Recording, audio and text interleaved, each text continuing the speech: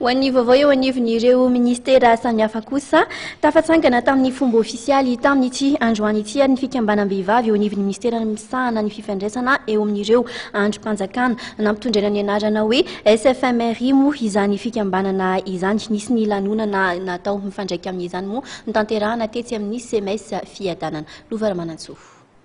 Tao anaty lanonana no fonentina nampahafantarana tampombo ofisialy ny fikambanam-behivavy ao anivon'ny ministera misahana ny fifandraisana eo amin'ireo androm-panjakana na ny MRI.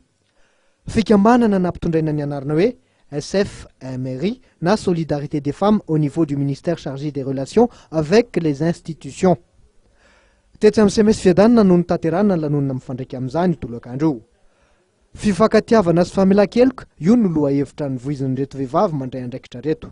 Nataonay zany ty lanonana ty voalohany indrindra efa nitsangana ara-panjakana ny fikambananay tamin'ity taona 2018 ty dia satatra bavarano ihany anehoanay ny firaisan-kina mahavehivavy anay firaisan-kina amin'ny fifankatiavana sy ny famelan-keloka moa araky ny temanay ao amin'ny ministère dia niporofonay asehoanay amin'izao déjeuner dansant izao fa iray tsy mivaky izay izay vehivavy ao amin'ny ministère-ny MRI.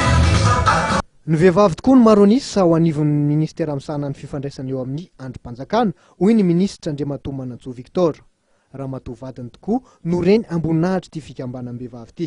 Ao ministera ny fifandraisana amin'ny androm-panjakana moa dia maro anisa ny vehivavy lohan'ny lehilahy ary ampiasaina hoe tena mandray andraikitra reza be na amin'ny activité andaranasa amin'ny ministera zany amin'ny conception sy ny réalisation atao amin'ny ministera dia be dia be le cadre vehivavy ao amin'ny ministera fonana amin'ireo zay zavatry ka manamarika zany fa hoe ny vehivavy eto amintsika dia be dia be mihinona hita fianarana ary rehefa mena sehatra ahafahany manao miasa manaprofo fa hoe tena mahavita azy ny vehivavy eto amintsika dia profon'izany zany ny ao amin'ny ministera ny fifandraisana amin'ny andro iny fanjakana.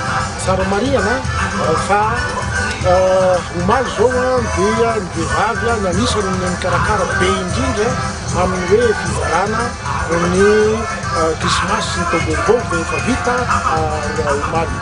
Manaraka an'izany araky ny valazako teo dia mandray anjara be dia be misy ny vehivavy amin'ny fampandehanana ny raharaha na any amin'ny nivon'ny service rehetra any zany na any amin'ny hoe ara-sosialy ara-politikasiketo.